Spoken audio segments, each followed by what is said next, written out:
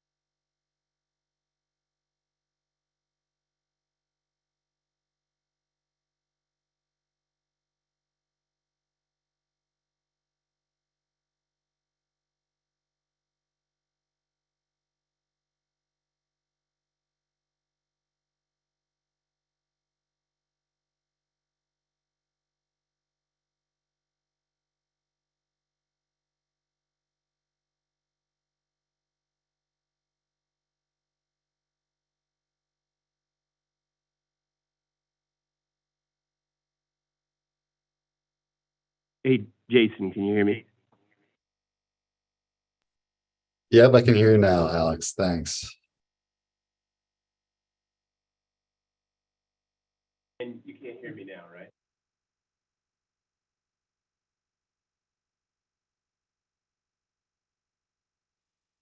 I could hear you then, but it's much quieter.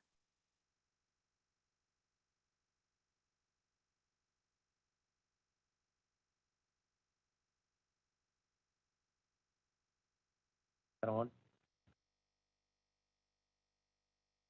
Pleasure.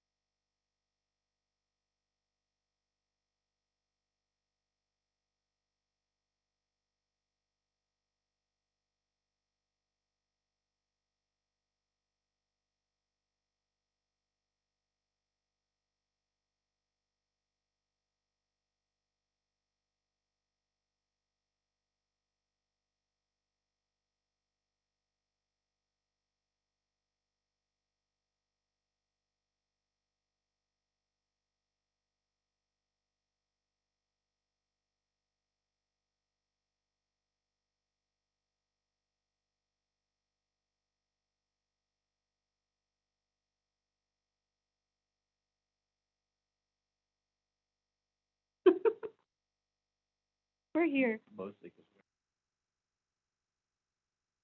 they don't actually care.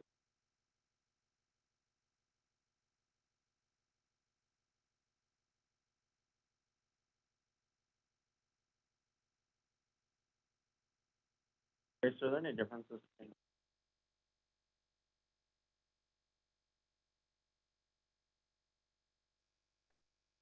Whoever's joining by phone ending in 549, we can hear you. If you need to mute and unmute on a phone, you can dial *6.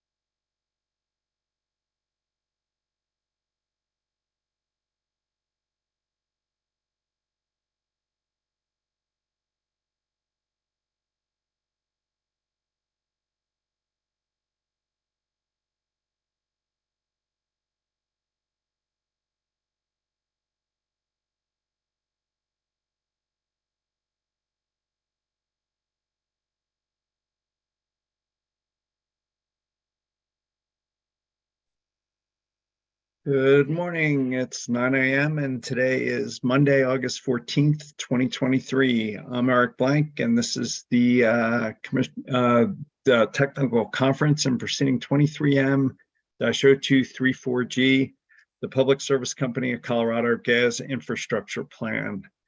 In terms of order today, I propose that we start with the company, have them introduce their team, and make a brief initial opening statement if so inclined.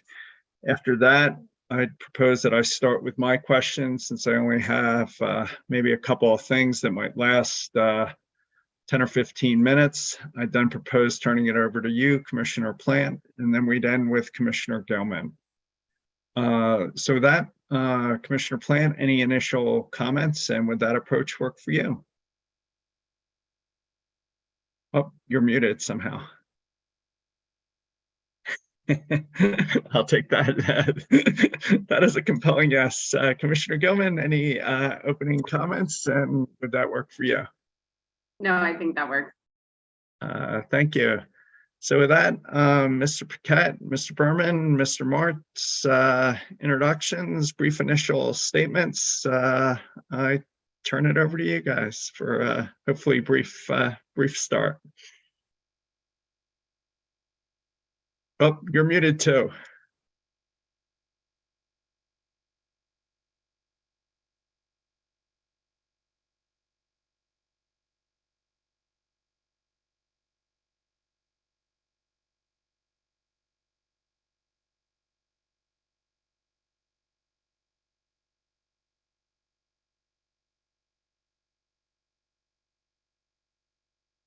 Okay, Chair and Commissioners, can you hear me now? Yeah, we can. Okay, perfect. Thanks for bearing with us there for a second. Thanks for having us here today. I'm Jason Piquet. I'm the Regulatory Administration Director for Xcel Energy. I'm joined here with several colleagues. We'll be introducing ourselves here in short order. I just wanted to kick off our discussion here today with a few brief comments, and I'll turn it over here to our Regulatory Vice President, Steve Berman, here in a moment. But just to get us going, again, we're very happy to be here and help facilitate this process, answer any questions you all have. And as you know, this is our first GIP. It's established from a lengthy but robust rulemaking process over the past few years, in which many of the interveners in this proceeding participated. And we think that the collective rulemaking process really puts us, as a company and as a commission and a broader stakeholder community at the forefront of the gas utility industry. And we think that these GIP rules created a manageable, actionable, and efficient process. And that's essential for this GIP as well as the success for future GIP filings. These rules were crafted specifically.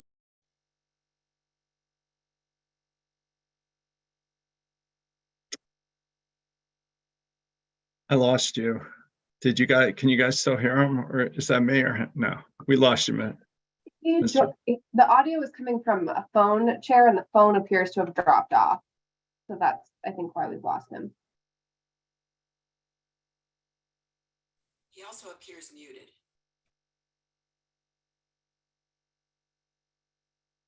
I can just use my computer audio for the time being. I should be good. Can you hear me? Yeah, we can hear you now. Okay, perfect. Thank you. So as we know, these specific GIP rules, focused on larger individually planned projects for the company over a certain dollar threshold. In our case, that's $3 million. And we're planning here over a 6-year horizon. I'm not detailing all of our gas capital investment, but those investments that meet these requirements. We've now transitioned away from that rulemaking, obviously, and we're here today to discuss our specific GIP filing. We are still in the early days of this new regulatory structure, and then this initial filing was meant to meet these rule requirements as much as possible, albeit on a short time frame, given that the GIP rules became effective roughly at the same time that we filed in May of this year. We know that continued refinement and evolution will be necessary as we grow into these new rules and processes, and we'll learn and adapt as we go to continually align our internal processes and planning to these new requirements. Also, as you know, future GIPs will have the benefit of approved clean heat plans, which we've just recently filed and is pending before the Commission in a separate proceeding. While we detail the parameters used to guide the development of our GIP in our report, just a quick overview might help our discussion here today. This GIP represents a snapshot in time, representing most of our work from our November 2022 5-year forecasts and budget investments over the 2023 to 2027 period, although the GIP covers 2023 through 2028. The planned projects have a defined scope of work and cost estimate that exceed $3 million.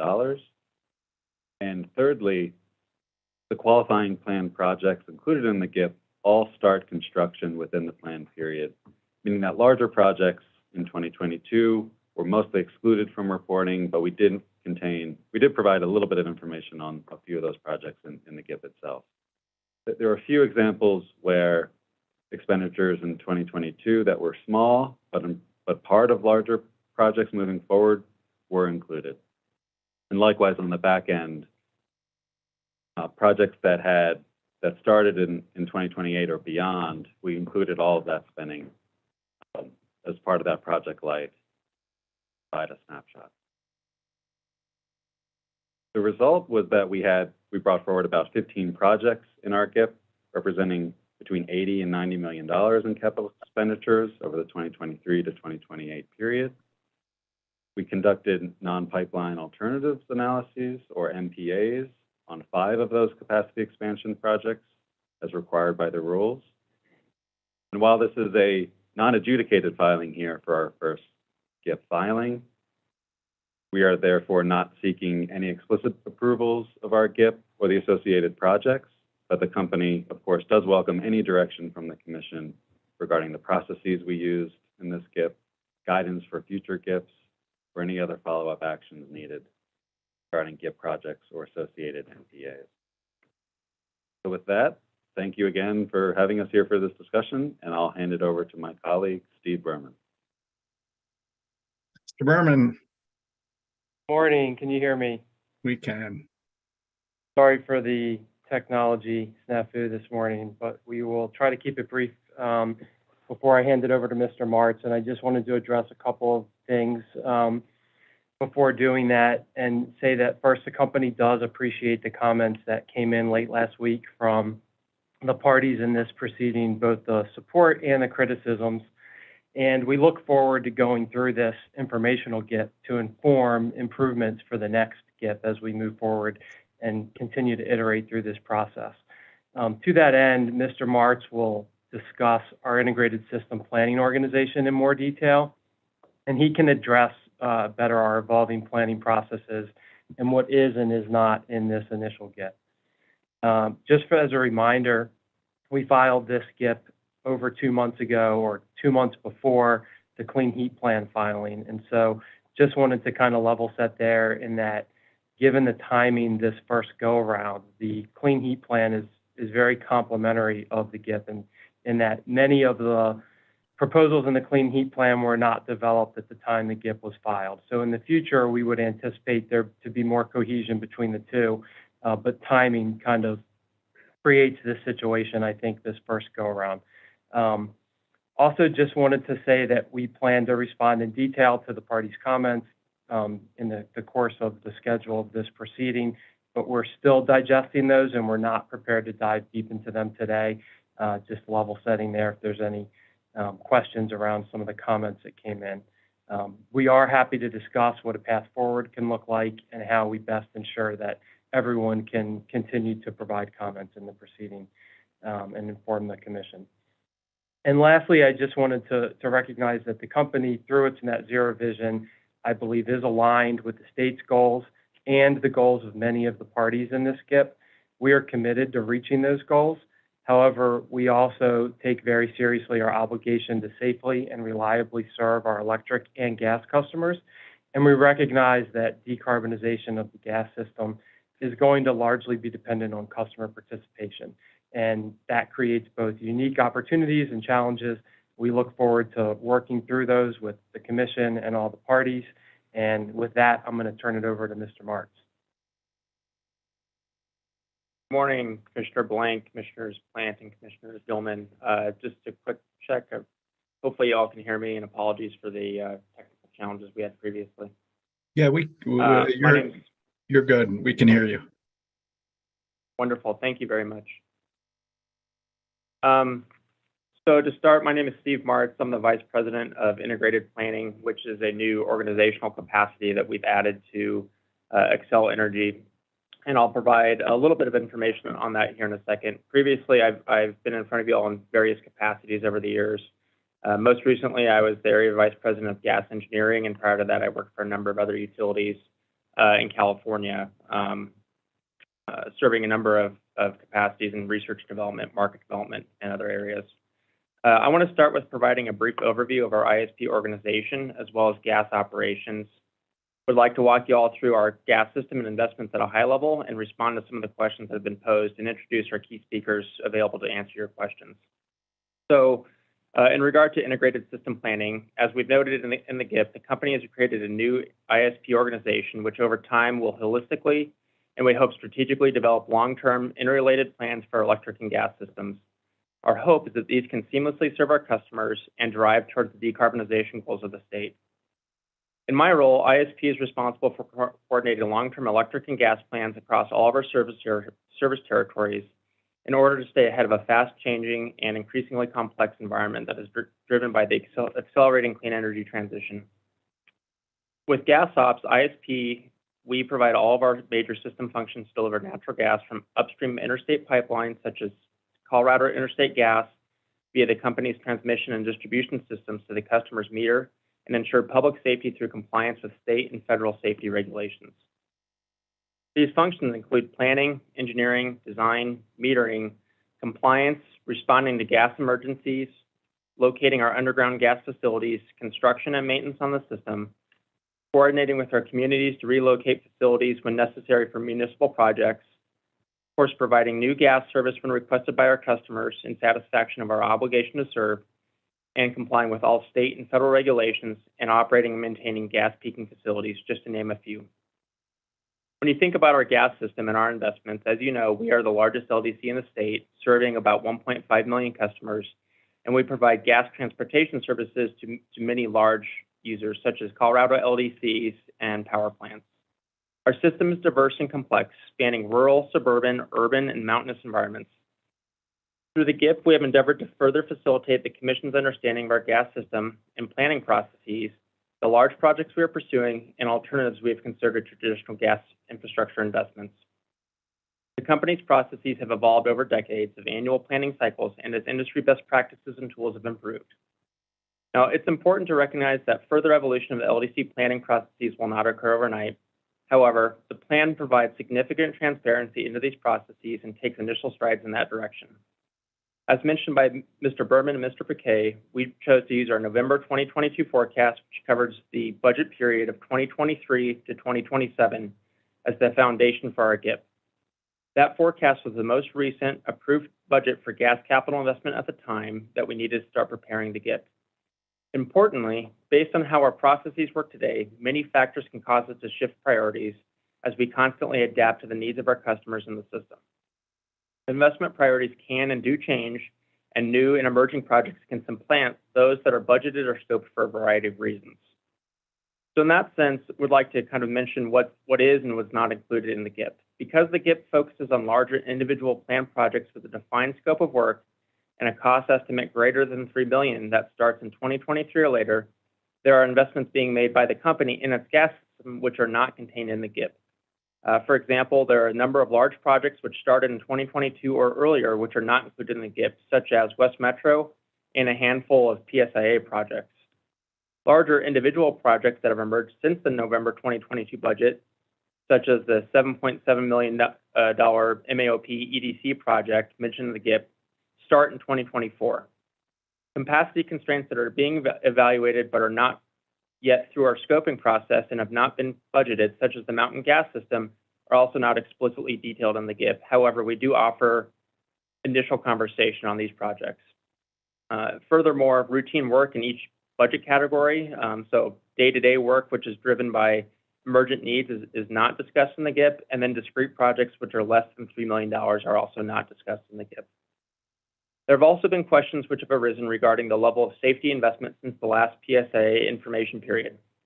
First, I would like to note that the categories of investment required by the GIP, which are safety, new business, capacity expansion, and mandatory relocations, are not the same as how we have typically presented investment to the Commission in previous gas rate cases. In those cases, we have provided investment in the following categories: safety, reliability, new business, and mandatory relocations. The challenge is the reliability category, which includes both asset health and capacity-related projects. Asset health included, among other things, safety work no longer eligible for PSA. Mr. Martz, I'm sorry to interrupt. Mr. Martz, I'm just going to ask you to slow down a little bit, please. Sure. So let me catch back up here. So asset health included, among other things, safety work no longer eligible for PSI treatment. And given the GIP definitions, much of the asset health work is now falling within the safety bucket of the GIP. But we realize that this is an exact science, and we're endeavoring to work transparently with the Commission to ensure that the needs are met. Our combined safety and asset health investment remains at levels similar to that presented previously, so there are no significant changes here. Much of the work remains programmatic, and plans must be flexible enough to account for uncertainties and new developments. As discrete planned safety projects are identified, they are funded from the programmatic budgets, and for these reasons, there are no planned safety projects meeting GIP criteria beyond 2024 in the report. So those conclude my remarks. I would like to transition now and introduce our key speakers. We have with us today Mr. Ghassan Saror, who is our Manager of Gas Planning. We also have Area Vice President Ray Gardner. We have Mark Schodenheider, who's our Consumer and Commercial Energy Efficiency Marketing Manager. And finally, we have Grace Jones, who's our Manager of Non-Pipeline Alternatives. So with that concludes the company's prepared remarks, and we'll hand it back to the Commission. Thank you.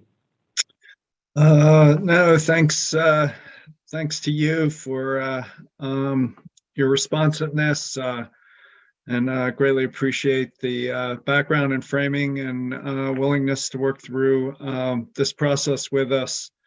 I'd also say I was really pleased that the company was able to find a couple of non-pipeline alternatives to move forward. For me, I think that's real movement, so thanks for that. I also understand that there was not a lot of time to get this filed after enactment of the rules, so just want to acknowledge the effort that went into this. So lots of progress, but still lots of work ahead of us. So thanks. So with that, can we pull up page 12 of the GIP? This, I think it's PDF page 15. This chart shows 4 categories of investment as well as a total. Last night I pulled up the transcript from the hearing in the 2022 Public Service Company natural gas rate case, where Mr. Berman testified that 500 million, about 500 million per year of capital would be injected into the gas system, even into the 2030s.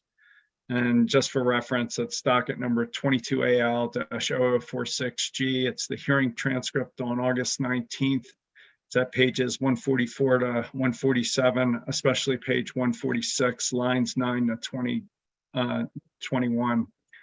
So for the 7 years shown in this table, Mr. Berman's gas rate case testimony would suggest total invested capital of well over $3 billion. But this table that we have up now includes total investments of less than 100 million over the 7-year period, I guess because we're only looking at projects that are 3 million or more. As such, it seems to me that this plan only considers maybe 3 to 4% of the total likely investment.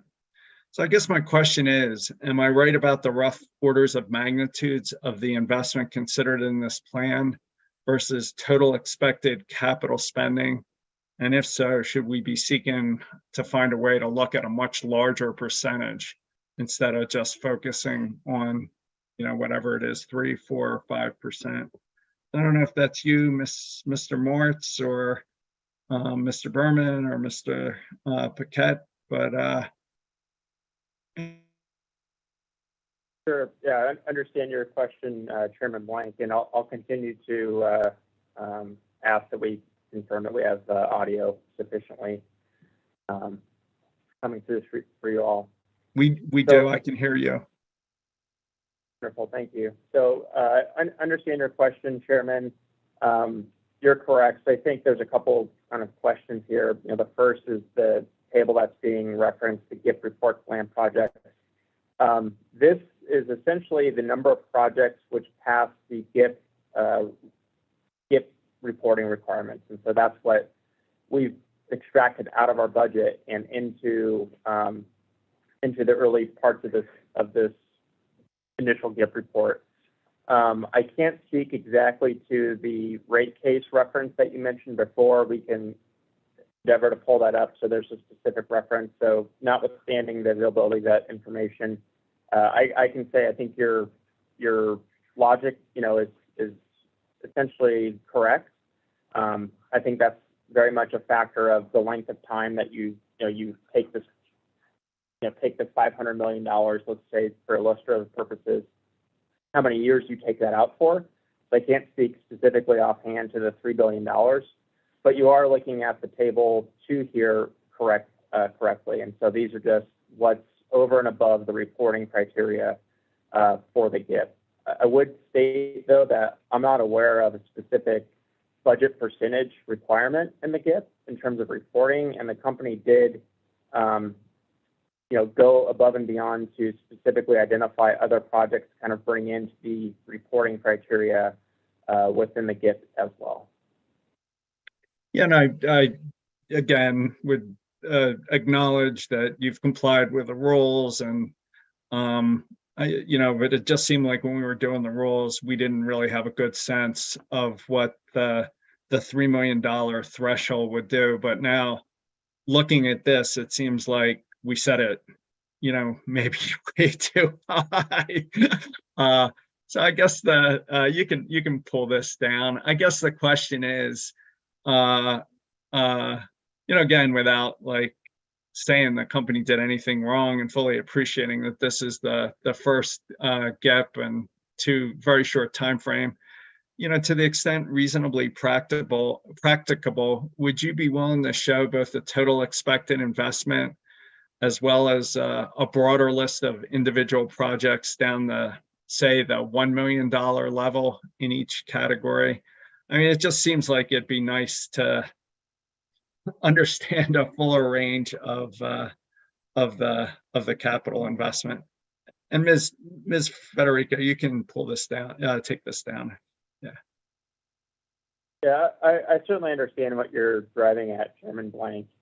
I would just note that, when you consider the broadness of the gas capital budget overall, a lot of that really is emergent safety work and other mandatory work, which I would put in the buckets of relocation work and new business. So there really is a lot of emergent projects that come out of that process. I think this commission is very aware of that, through our PSA writer that we've had with this commission and the state for a number of years.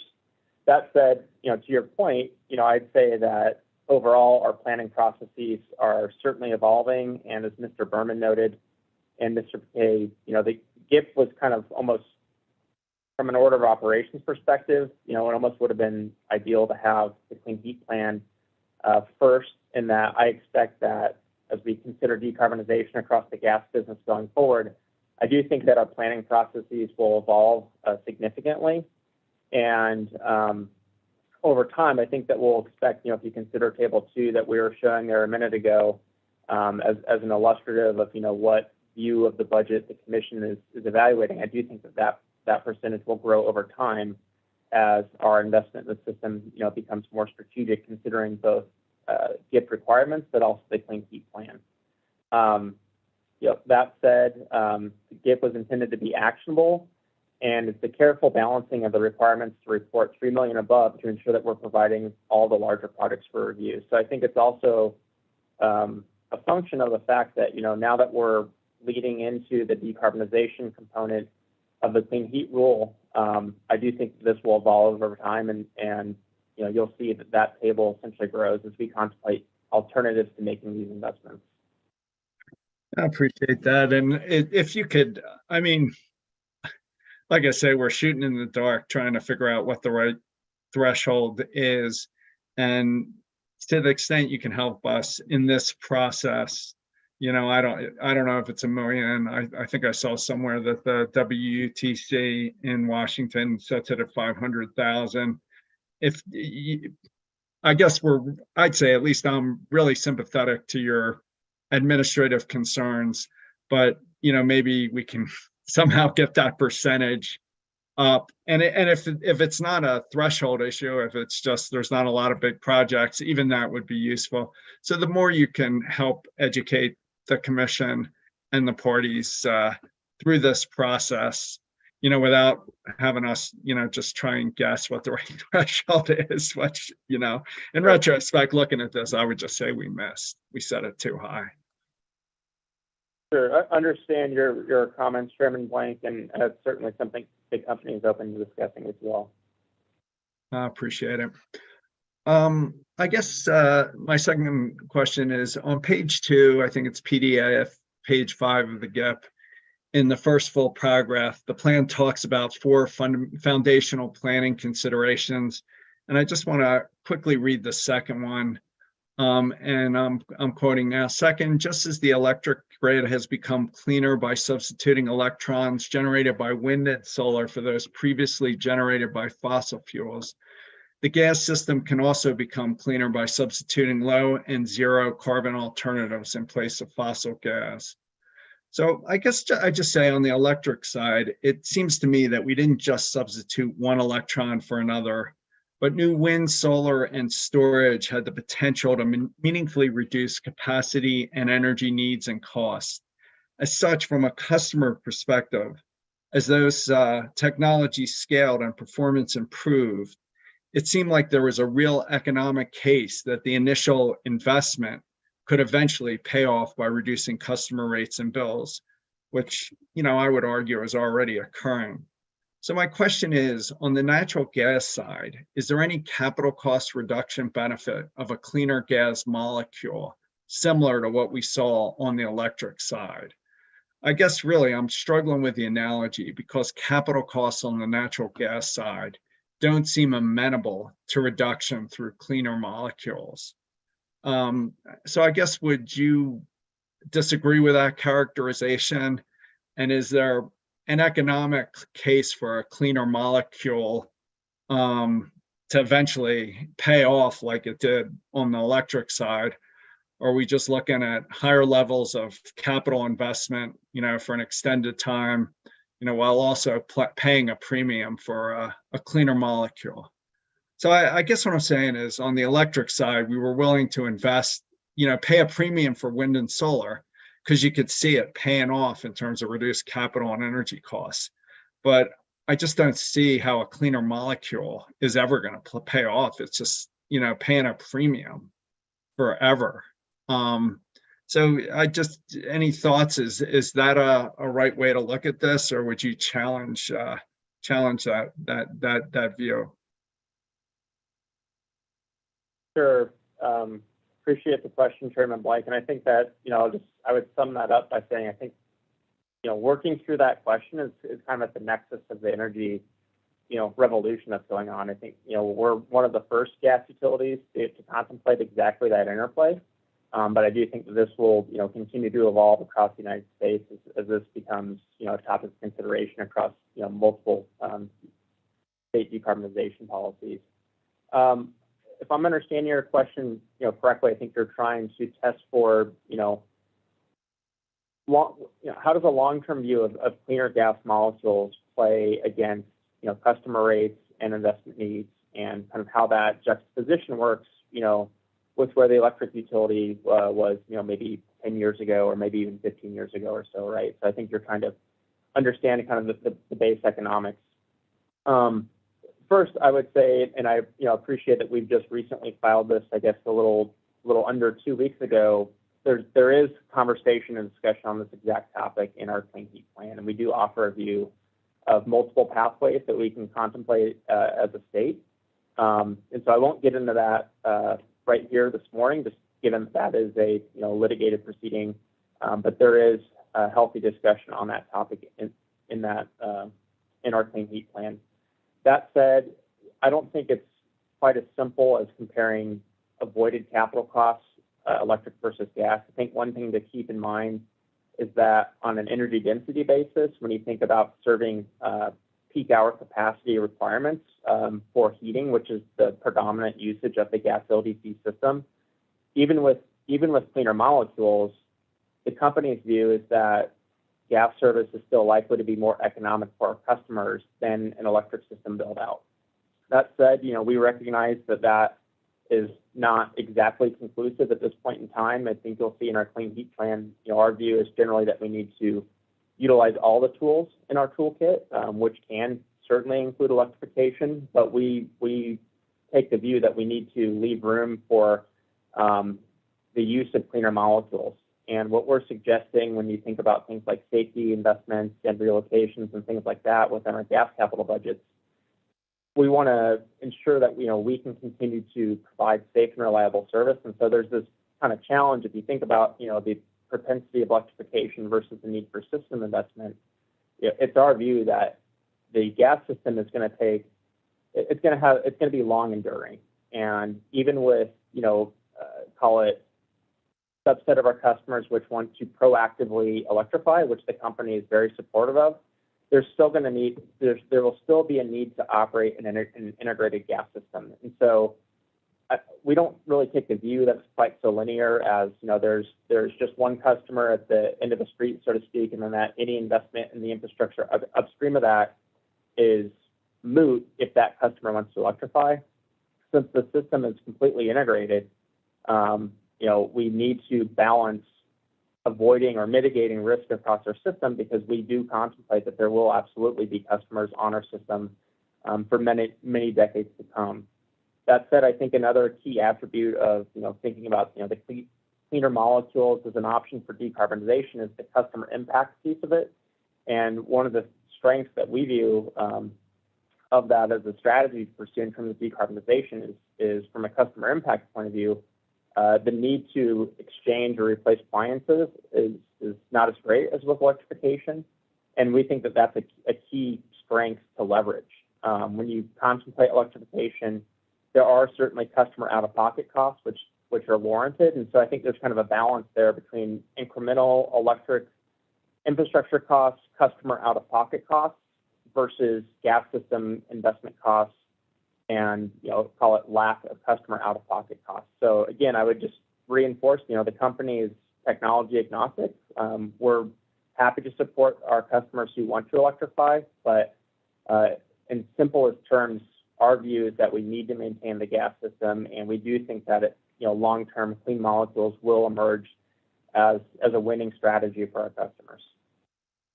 Well, I'd just say I'm not trying to prejudge it and totally take your point that we're sort of at the early stages of both paths and don't know what's going to ultimately prove out. But as you seek cost recovery on, initial investments to prove out either path, if you could just continue to show, the long-term business plan or economic case for customers. It's just, I think there's power in that analogy where we were willing to pay more for wind and solar to start with at relatively small volumes because there was a vision that it could eventually be cheaper. As we try and, implement something in the natural gas industry along similar lines, just keep that customer, and I'm sure you're looking at the company's business case, but look at the customer's economic case as well. And I just thought there was real power in that analogy.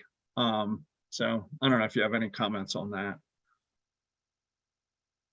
None other than just agreement with you, Chairman Blank. I think that's accurate. I think we want to take a practical approach to decarbonizing in our state. And I think, if I can offer an illustrative, I think a lot of this will end up being market driven. And again, I would, I'll stand by, the company's commitment is to support our customers. And we're certainly not going to stand in the way of any customer that wants to electrify. We're full behind that. I think you'll find in the Clean Heat Plan once, for lack of a better term, we spend more time with that together, working with the commission. I hope and think that you'll see that we're offering a number of plans which are not exclusively gas only focused.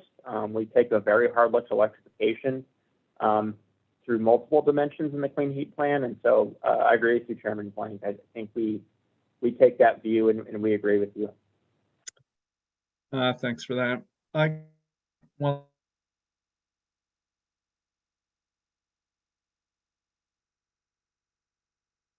That the company used a low customer growth forecast of 0.8%.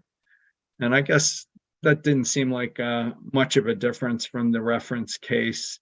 And just wondering if you'd be open to sort of I don't know what you want to call it, a low forecast with meaningfully slower customer growth, perhaps because of the potential for beneficial electrification. So just wondering if we could run a 0% or a -1% future customer growth forecast. We asked for something like that in the gas rate case, and maybe it's in the Clean Heat Plan. I haven't fully engaged that, but any thoughts on that? Would you be open to looking at a low forecast and just, again, to the extent reasonably practicable? I'm not trying to suggest, huge administrative burden, but just trying to broaden the thinking, as we move forward through this process. So any thoughts on that, Mr. Martz? Sure. And Chairman Blank, I apologize. At least for me, on my side, you broke up at the early part of your question, but I think I got the majority of it. Please correct me if I'm missing a part of your question. In regard to the growth rate sensitivities, we're certainly open to that. And we just know that, there wasn't specific guidance in the GIF other than, development of the low, high, and the reference case. I personally can't attest to all facets of our forecasting process. In other words, I'm not the expert. However, my general understanding is that, our low, reference, and high cases are based on actual, customer, basically backward-looking usage and adoption figures. So it's, in other words, it's grounded in real life. We do contemplate forward-looking policy in our long-term forecast as well. So we're endeavoring to take on that challenge. I think Forecasting in and of itself is a very challenging practice, and we're certainly not, attempting to represent it as perfect, but we are taking on the view of long-term policies in our forecasts. If we wanted to work with the commission on different growth rates, we're certainly open to that. If there's a view that you all have, we can certainly evaluate that. I would also note that I think in the same section of our gas infrastructure plan on the next page, one thing that we did offer as well is kind of call it a capital sensitivity to the growth rates. And one point I would like to make is that there's certainly, some project classifications and categories which are correlated to highlighted growth rates. As an example, obviously capacity expansion, it correlates to that, almost 100%. And a simple illustrative, we have an area of our system which, is experiencing new development, and we have, home builders and developers who are requesting natural gas service, right? That can certainly look like a higher growth rate part of our system. And given our obligation to serve, right, that's going to tailor investment upwards.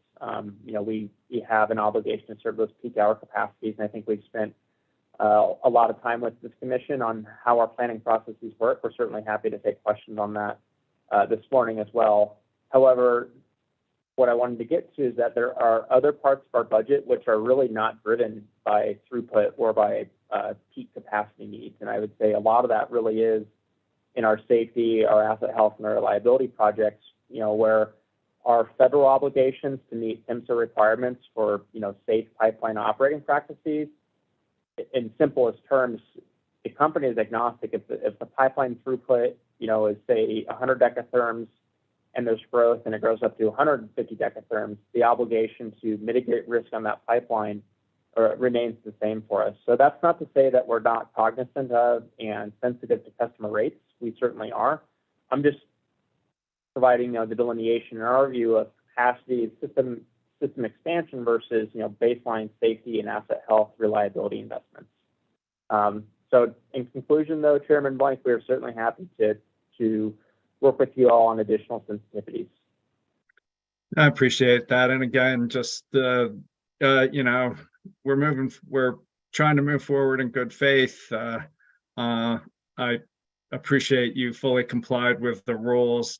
I'm just struggling to, get the questions that are getting raised addressed, in a practicable, administratively reasonable way. So if you would be willing to look at a lower gas, forecast, and maybe you just, even if it's qualitative, give us a sense of what that, what type or amount of capital costs that could avoid. That would be really helpful. And maybe we'll meet on Wednesday or in the future to see if we can collectively give more guidance on that. I guess the only other thing I had was to just follow up on your example of the obligation to serve and the new development.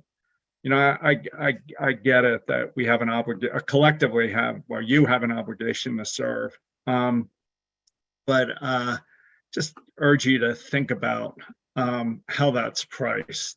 I don't know that you have an obligation to serve at average system costs. If new development is imposing significant costs on the whole system, there may be ways of reflecting that in the economics of that decision to use gas versus electrify that I'm particularly personally interested in pursuing. At average cost, everybody probably wants natural gas, but if the true cost to the system of that incremental development was included, maybe you land in a very different spot. And that's probably beyond the scope of this particular conversation, but I just keep bringing that forward because I understand the obligation to serve, but it's not an obligation to serve at average cost. We're not obligated to subsidize new development, which I think may be a factor in a number of these situations. And it's something that the legislature has asked us to look at. So I don't know, any final thoughts on that, Mr. Martz, before I turn it over to Commissioner Plant. Sure. Yeah, thank you for the question, Chairman Blake, and certainly understand where you're coming from. I think that's something we're looking hard at in review of our line extension policies. I think that's kind of the main thing that you're driving at. If I can be so forward, I would suggest there's also another dimension to that as well, which is also looking at and working with customers to reduce peak capacity needs. And my hope in my new capacity is that we can kind of, call it further blend our electric and gas planning practices such that, we don't have to take, call it the stark view of planning for the peak hour, worst weather conditions. Our hope is that we can start to contemplate further technology solutions on the gas side that can avoid some of those peaks, because I think that's generally, especially in the capacity expansion category of our budget, that's the most commensurate with customer growth. So that's kind of where my organization is really driving towards is sharing lessons learned and driving for not just the economic piece of line extension and system growth, but also reducing peak hour capacity. And would just note that specifically the company is investing in increased organizational capacity in this space, specifically around non-pipeline alternatives. It's been an evolution. I want to say I think we're one of the first gas LDCs to have a non-pipeline alternative process, which we proactively chose to embark upon several years ago. So we were one of the first to do that. It's been an evolution since that. And I think we're learning with each non-pipeline alternative as well. And my personal goal through this is that we can start to apply the NPA framework to better avoid gas capacity expansion projects while still serving our customers at the same time. So I think there's multiple dimensions there. We're happy to look at that with you all through all those dimensions, and certainly hear you on the line extension and the economics piece. Well, and just want to say it's music to my ears to hear you not just limit it to line extension, but to add in the the broader capacity addition arguments. It's not just putting the pipe to that customer. It's like, what does it mean for the rest of the system, including broader increases in peak day design demand. So appreciate the broader perspective and look forward to continuing the dialogue. With that, Commissioner Plant, anywhere you'd like to take it, including bringing up Commissioner Gilman, if that's what you'd like. Well, first, is my microphone's working okay now? It is. All right, great, thanks. Thank you very much, Mr.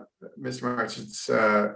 I appreciate the challenges of this first GIP, and we're all kind of figuring out where the limitations are and where the opportunities are within it. And you mentioned briefly in your discussion with Chairman Blank the backward-looking modeling for the GIP, and I'm wondering if historical modeling is considered by the company to be the most appropriate strategy, recognizing that we've got DSMBE filing, we've got the ERP, we've got the clean heat process, which is obviously changing the entire system going forward. Did the company evaluate the benefits of trying to project the impacts of those various different policies on the gas infrastructure system, as opposed to looking at a historical modeling? Sure. Thank you for your question, Commissioner Plant. And I apologize if I misspoke.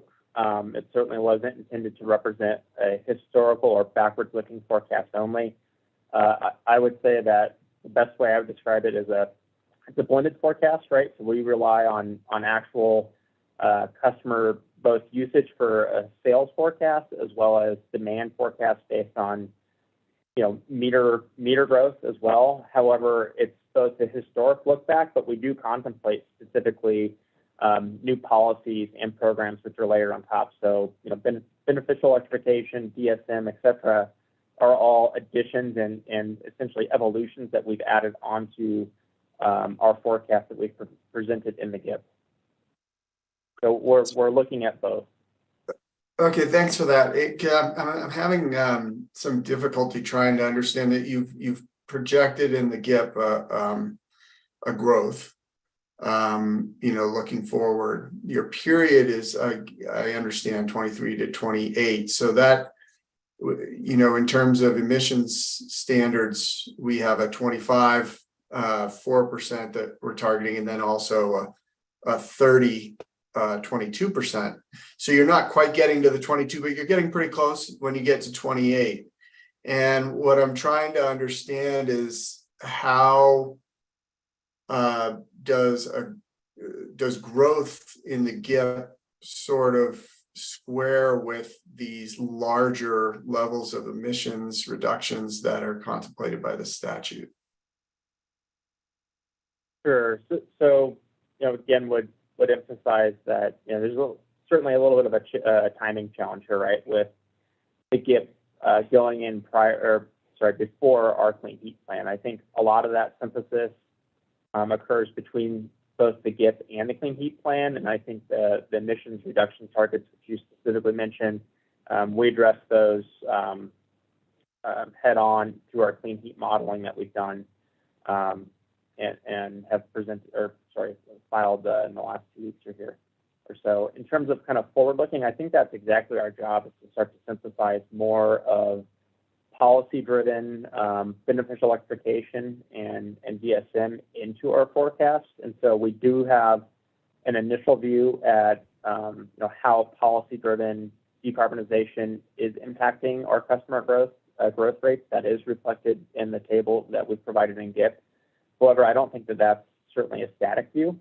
And I do think that will continue to evolve as the company works on that. The other thing that I would say is that a lot of the decarbonization efforts, I think, are going to be primarily focused on throughput rather than peak capacity. And when you think about our capacity expansion projects, the vast majority of emissions are really coming from, we'll call it day-to-day usage of the gas system. That's the throughput piece. Whereas when we contemplate peak capacity, that's the system demand side of things, which is the shorter duration, peak times on the system, where we have to ensure that we have adequate infrastructure to serve our customers. So I think there's kind of a difference there between throughput and peak capacity modeling. We do contemplate and expect that you use the term beneficial electrification. I would just say electrification more broadly, as well as clean heat, as well as DSM. We do expect that all those policy measures will, over time, drive down gas throughput. Understand. And does that decrease in gas throughput then, is that reflected in the level of investments to the gas, to the existing infrastructure? Well, I think that's something that we've got to work on and evolve. That said, I think when you look at the regulation requirements of a gas utility, again, kind of pressing on this, the majority of our gas capital budget doesn't correlate to throughput per se. So if you think about like SEMSA and DOT safety regulations, again, going back to my illustrative, the policy and the regulation is agnostic to if it's 50 decatherms flowing through the pipe or 100. So I think that's something that we'll have to contemplate and work with this commission on, is kind of bifurcating those further, because you're asking the question directly, should we expect gas capital to reduce exactly commensurate with sales reductions? And I would say that that's certainly one part of it, and we do hope that can be true. I hear Commissioner Blank loud and clear on the kind of customer economic side of things, but I don't think it's as simple to broadly expect that safety related investment, reliability investment, and asset health investment is completely alleviated by a declining gas throughput. And again, throughput's the main driver for the emissions.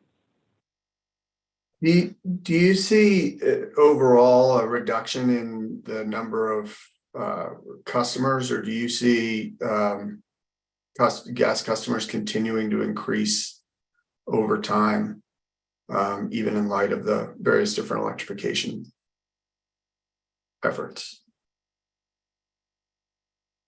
If I'm understanding your question correctly, Commissioner Plant, and I apologize, this is a little challenging to hear you. You're asking, do we expect meter growth to decline commensurate with policy?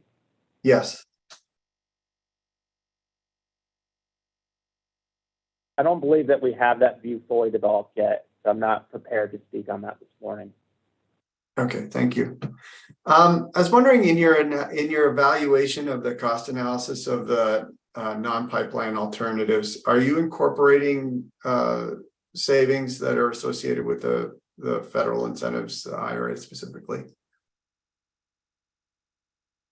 Sure. So in regard to our NPAs and specifically the economic side of that, you're asking, are we capturing the impact of federal IRA incentives, correct? Yes. Sure. So I'll ask my colleague, either Mr. Schoenheider or Ms. Grace Jones, to take that question on. Hello, Ms. Jones. Oh, still not coming through.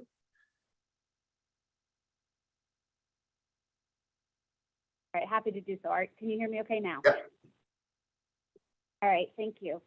So in regards to the cost benefit analysis for the non-pipeline alternative portfolio, we did not at this time include any incentives that would be offered through either state or federal regulations.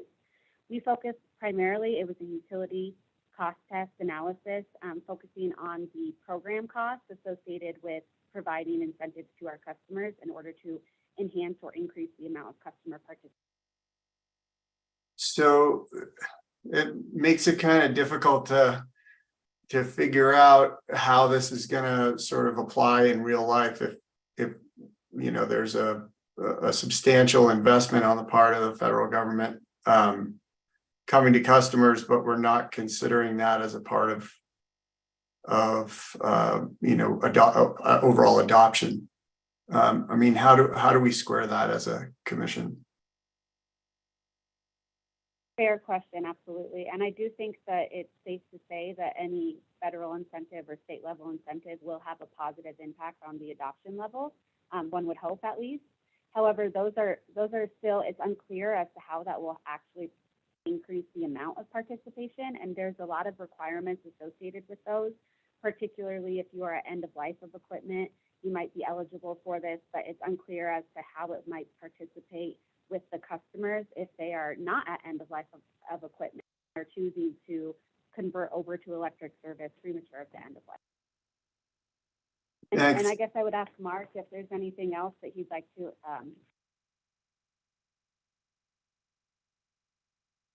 Thank you for asking. I think a couple other points, and to Grace's point, nobody knows exactly how it's going to play out. One point, though, is in the IRA legislation, the tax credits, as well as the upcoming rebates, there's no requirement to fully electrify. And so much of the equipment that will likely be put in place will not actually affect the peak gas demand. Now, insulation, yes, but the heat pumps, if they are not fully electrifying, so if they are a dual fuel system, that won't actually help the peak gas constraint that we have. The second piece is, elaborate a little bit on what Grace was talking about on end of life versus replacing a working piece of equipment.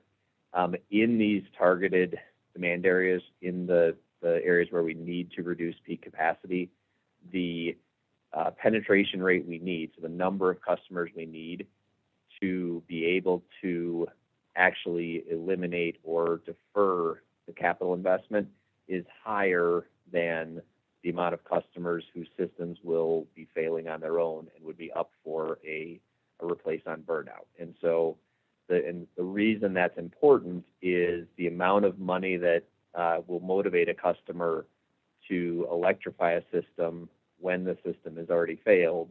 So they have to make an investment already. Let's say they have to spend either $10,000 on a new furnace, or we could incentivize them to spend $20,000 on a heat pump.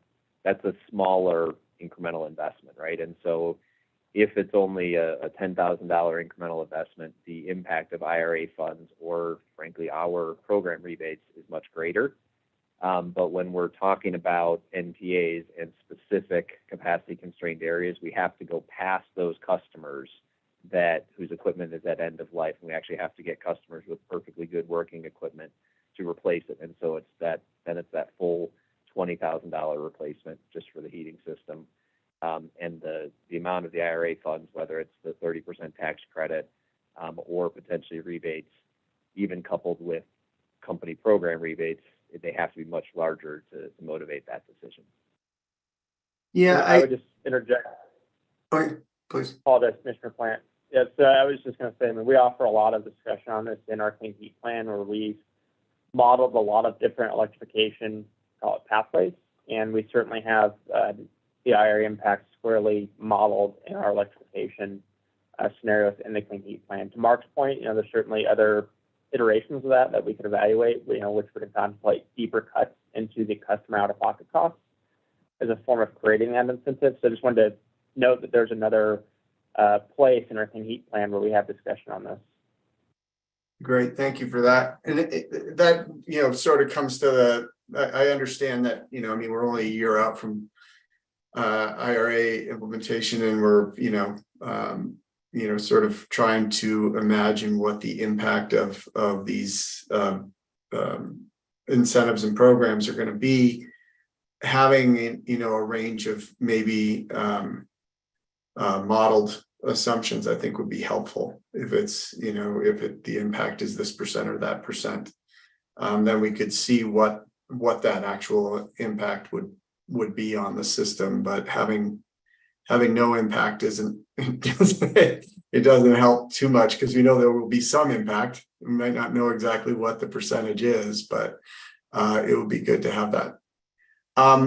In line of the MPAs, and Mr. Martz, I think you mentioned something about you think a lot of this will be market driven, and I wonder if the company considered or has put out inquiries into the market around competitive solicitations for the non-pipeline alternatives.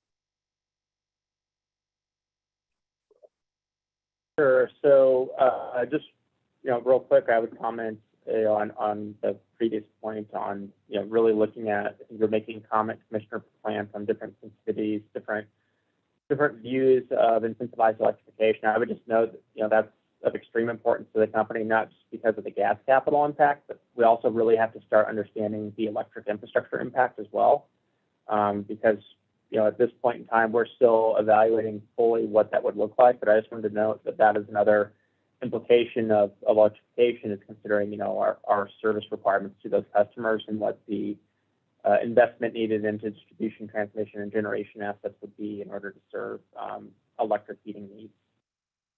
So moving on to your second comment and question.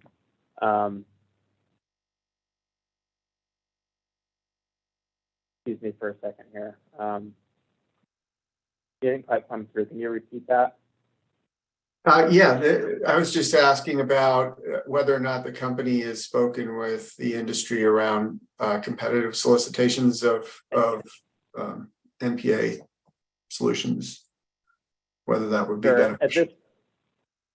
At this point in time, we haven't fully contemplated competitive solicitations. I would note, though, that we have specifically brought on a third party through a competitive solicitation process to help us evolve and improve upon our NPA process, as well as our modeling around NPAs. But we haven't specifically gone out to market. That said, we also haven't really seen many solution providers, specifically show up in the space of NPAs.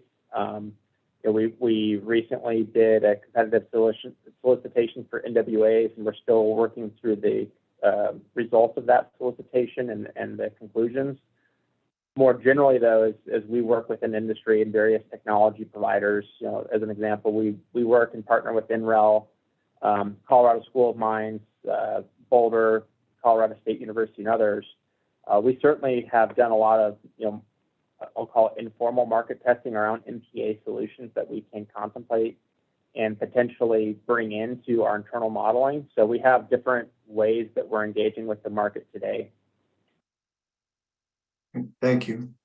And it sounded from the GIP that the company's not implemented yet any type of advanced monitoring technologies as was contemplated by the statute, recognizing that it's not a well-defined term, but that rather you kind of rely more on manual checking and in your monitoring. Is that something that you're looking at expanding in terms of technological capacity for remote monitoring or one of the other advanced monitoring sort of technologies in order to identify those places where it would be necessary? Sure, appreciate the question, Commissioner Plant. And I apologize, I don't have that committed to memory. Can you help me understand or just point me back to the specific reference you're referring to in terms of remote monitoring? Yeah, there's a component. I'll try and find it here in the GIP, but there is a component of the statute where it talks about reporting on advanced monitoring technologies, and I believe that the company in their GIP stated that they didn't have any specific advanced monitoring technologies, but rather relied on mobile monitoring. And those kinds of things. I think you referred to it as more traditional methods of monitoring.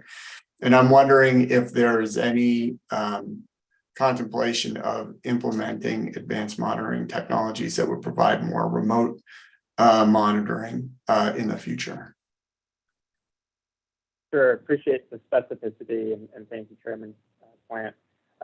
So, you know, with that, you know, I think I'll use the blanket term advanced leak monitoring and detection, and we do talk about that specifically in our Clean Heat Plan. In fact, Mr. Ray Gardner provides direct testimony on an advanced leak detection in Clean Heat, and we intend to discuss it with you all on that docket. Okay, so that'll be more described in the Clean Heat Plan docket. Correct. Thank you very much. Appreciate it. I don't have any other questions. Thank you, Commissioner Plant. Commissioner Gilman. Hi, good morning, Mr. Martz and team. Just want to start out following up on something the chair was asking about in terms of kind of the proportion of total capital investment over the next several years that we actually see represented in the GIP. And I think the general consensus and the elephant in the room is that it's a very small percentage being represented in the GIP. And so I wanted to better kind of suss out the reasoning, because certainly you have probably an entire bucket of projects that falls below $3 million, right? Which are invisible as far as the GIP goes. But then I'm getting the sense there's this entire other bucket of projects that will be over $3 million most likely, but just are not necessarily formulated enough by the company or specific enough by the company at this point in time to be included in the GIP. Can you help me understand, like, proportionally where the capital investment that is happening that's not represented in the GIP falls with regard to like the different reasoning? Sure. So I think the last question you had there was kind of the proportionality. You know, in other words, I think you're kind of looking for like where's the meat of the budget, and specifically, I would say that that's primarily in our system safety and integrity projects. I do believe we provided a discovery response around that where we provide more information. But if you think about what's in that bucket, those are our large programs of work. To use a more casual term, we would have previously referred to it as a lot of our PSIA work, which has kind of been rolled over into our system safety budget category. And so those would be, I think programs that you're all familiar with. So transmission integrity management programs or distribution integrity management programs, our routine, leak repair, our leak repair routines and things like that. So from a proportional sense, that's where the majority of the budget resides. And to your first question or two around how the budget process works, I do believe we offer pretty healthy discussion on how specifically our budgeting process works. I would note that GIP by kind of the nature in which it's developed. Certainly first it's a snapshot in time. It's not meant to be, a perfectly static budget. But in general, to respond to your question, you're correct. So we maintain routines and programs of work, and we may have a conceptual view of projects that do come. As an example, as I believe the commission knows, we do distribution integrity management program modeling, right? So we look for our riskiest assets. And so we'll have a conceptual view of what those assets might be. But from a formal budgeting process, we don't necessarily have exactly every single project developed, with specific reporting, with specific, estimates and timelines and schedules, things like that. Yeah, so just to clarify, it's not necessarily entirely a problem with the $3 million limit, although that could be part of the issue here with why so much capital is not showing up, but rather that the company's processes do not kind of move all projects forward quickly enough for you all to be confident enough to have a timeline and a budget for specific projects. Therefore, they just show up as a zero. They just don't exist in the GIP. Sure. So I'd say we agree with that in part. I'd say there's drivers for that, though, and a lot of that is, one, it takes a while for us to identify a specific scope of work. So kind of going back to my concept level analogy, right, where we say we have a DIMP model, and we know that these are the top, say, 3 riskiest pipeline assets that we want to replace. It takes quite a bit of work to develop that as a project. And what I mean by that is, while we might identify that pipeline as the right one for us to replace, we still have to work with, municipalities in terms of permit timelines, with the public in terms of the acceptance of doing that remediation work. And so we don't necessarily have the fully completed scope of work. Additionally, we try to endeavor to complete our work in the most efficient way possible. And so sometimes that means, taking a more holistic look at the system and concurrently pursuing, multiple projects at the same time if there's, a cost advantage to do so. So there's a lot of emergent things like that. Another example of how can be emergent drivers which don't allow us to resolutely identify the scope of work, is we don't always necessarily have the exact mitigation method in mind. So again, using the integrity management program as an example, we might identify that there's, say a pipeline asset built in 1960s era vintage, and we'll identify that per our risk model, it requires remediation.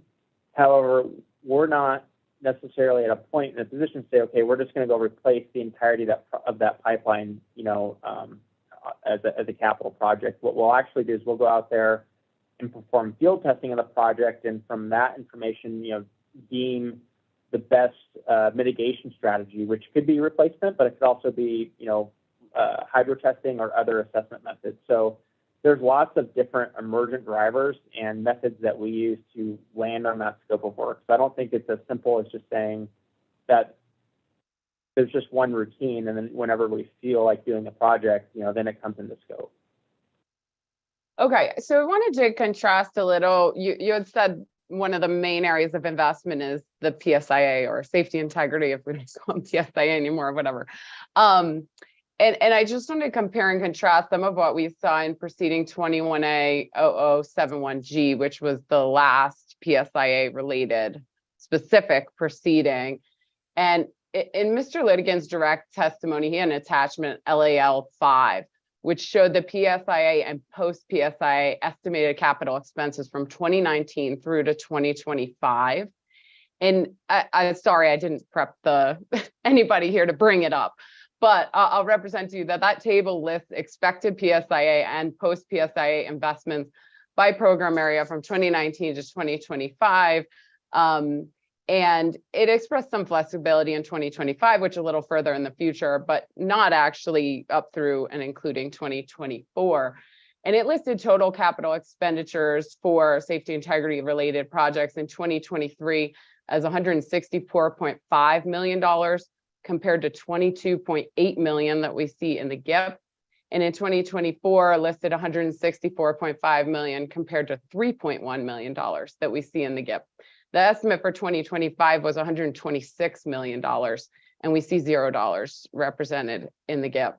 And I'll note that was from a 2021 case, so presumably, you know, we're a year and a half more into planning now. So were there not specific projects already identified? I mean, I kind of thought a lot of the PHMSA routine was to know your assets, identify the highest risks, rank them, and then make a plan to address the highest risk projects. So I'm a little unclear as to how now we feel like we're in a situation, or I'm feeling communication that we're in a situation where the company is not clear on exactly what safety related projects will be conducted even this year, next year, and the year following. Sure. So I will apologize. It's a little challenging not being able to reference the specific PSA report that you mentioned. I think you're kind of looking for a higher level, kind of more directional It feels like conversation in on it. 2021, the company was communicating a higher level of certainty about what projects would or should be completed on specific timelines than they are now, which feels confusing to me. Sure. So, you know, if we want to get into detailed questions on PSA investments specifically, you know, Mr. Ray Gardner's available if we wanted to talk about that. I think directionally you're asking around, you know, kind of some of the differences in the tables that you're comparing and contrasting between the last PSA report and what you see in the GIP. I think the table that you're looking at in terms of reported projects, right? You mentioned the $0 levels. That table represents the projects over and above the reporting criteria of GIP. It's certainly something that we're looking to evolve and provide more transparency into those PSA projects, but given, you know, kind of the short timeline that we had to develop the GIP, it was frankly pretty challenging for us to take out and extract, you know, every programmatic project that we have on our radar per se, and try to provide that in a straightforward manner. So you're right in the sense that, you know, we certainly have a requirement, and we do in fact model our assets to identify those projects, but we don't, for many of those routine and programmatic categories, we don't necessarily have exactly, you know, this mitigation method by this quarter of this year per se. And so that presents a challenge for us to, you know, to put it into one specific budget category and budget year. So I think that's kind of the discrepancy that you're seeing, if you will, is kind of how the programmatic budgets work, which is by and large, you know, the primary constitution of the system safety budget, versus the fact that a lot of that's programmatic and routine work that does not yet have discrete projects identified. How far in advance does the company generally identify discrete safety integrity projects and their solutions? Sure. So I'll actually ask Mr. Gardner to chime in here, as he's our resident expert on integrity management programs. All right, I'm just checking sound. Can everybody hear me okay? Yep. So the short answer is it depends, but it very much depends on the program of work that we're talking about. So I think what Mr. Martz referred to a lot is kind of the contrasting two challenges here. So one is that you have functionally programs of work that are budgeted, and then discretes come out of that. And so, you know, if you have the situation of like a mandatory relocate, that's commonly can be less than a year that you know ahead of time. If you have a DEMP replacement project, those are very commonly smaller projects, so less than $3 million. And those are generally 5 years out, but they're generally smaller projects. We strive for like 5 years out to have a perspective. And I think that's what we saw in our PSIA filings, where we would try and list out some of those projects that we'd be doing specifically for DEMP and like temp assessments to get in front of those. But those are, again, generally very small, you know, lots of very small projects. MEOP replacements, we're seeking to get further ahead, but because of the newness of that program, it delays it. But on the whole, looking at the answer to your question, is typically more 1 to 2 years that we are aware of those. Okay. Thanks. Mr. Mertz, as was brought up in some of your opening discussion, in the fall of 2022, leadership of the company identified the likelihood of a major gas system expansion in the mountain region, targeted increase in capacity for potentially a wide area of the mountain region. This project gets a little bit of commentary in the GIP, but does not appear as a project in the GIP. And just wanted any additional information as to the budget timeline and scope of that project, and when that need shows up, so that we could better understand the context for that project. Sure, appreciate the question, Commissioner Gilman. So the mountain system, certainly on our radar as a project area that we've been, contemplating and evaluating through our long-term planning processes for some time. So I appreciate the commission's sensitivity to, proactively thinking about this. Where that's at specifically is, we certainly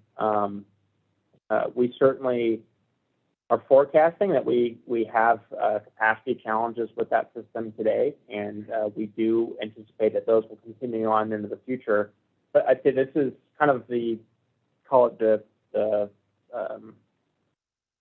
nexus of where we intend to bring forward-looking solutions into our planning processes. So it's kind of like the place that we're really trying to evolve, first and foremost, given the nature of that system. Specifically, what we have endeavored to do and what we've already started doing is launching a very large and robust non-pipeline alternative project with a third-party consultant.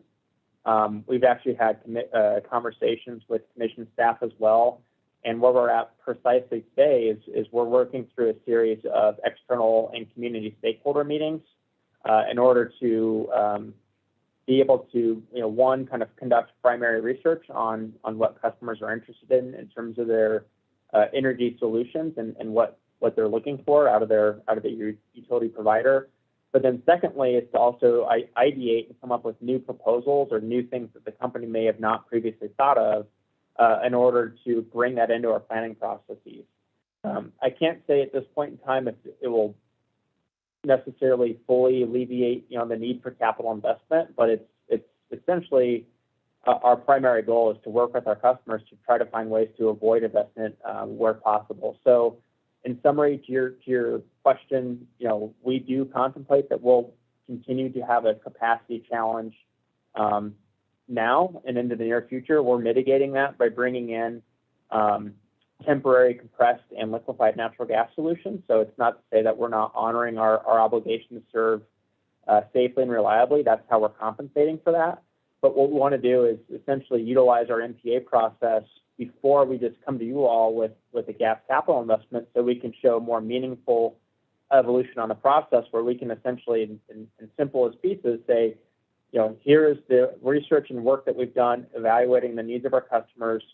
Here's the different solutions that we've looked at, inclusive of both, call it normal gas system investments, but here's also, hybrid solutions, which contemplates both. And here's, full NPA solutions. And then from there, use that to scope the project that we would anticipate performing, which may be pipeline projects, but they could also be electrification projects or other things, and then be able to present that whole package to you all. So our timing is if my team were here, they would laugh. I would tell you I want this as soon as possible, but it takes some time to work through the MPA process. But I imagine that we'll be able to wrap this up in the coming year or so as we complete the MPA process.